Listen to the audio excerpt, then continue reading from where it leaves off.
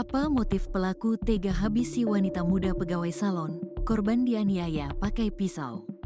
Polisi mengungkap sosok terduga pelaku pembunuhan terhadap seorang wanita di dalam sebuah kontrakan, Kampung Cilisung Kulon, RT 2, Desa Sukamenak, Kecamatan Margahayu, Kabupaten Bandung. Saat ini terduga pelaku pembunuhan terhadap wanita berinisial Na, 26, sudah diamankan polisi.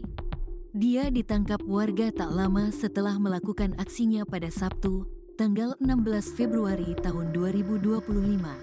Dan saat ini pelaku dilakukan pemeriksaan di Mapolresta Bandung.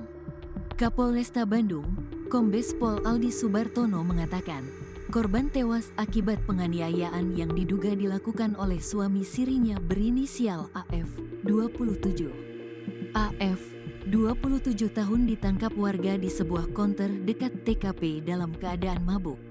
Saat diinterogasi oleh ketua RT dan saksi lainnya, pelaku mengakui telah menganiaya korban dengan menggunakan pisau, ujar Aldi dalam keterangannya, Minggu, tanggal 16 Februari tahun 2025. Hanya saja, polisi belum mengungkap motif di balik aksi pembunuhan tersebut karena hingga saat ini, terduga pelaku masih dimintai keterangan lebih lanjut.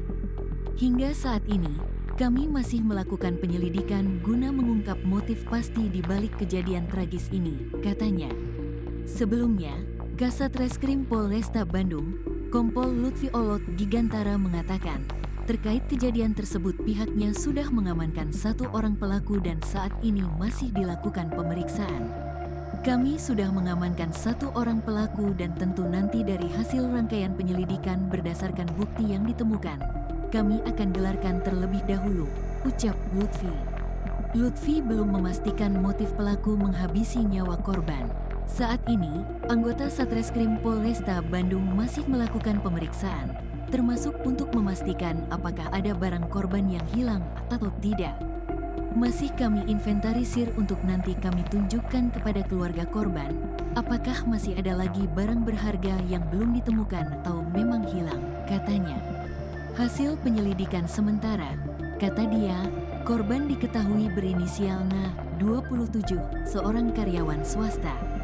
Selain itu, ditemukan identitas orang lain yang menjadi petunjuk bagi polisi untuk meringkus pelaku.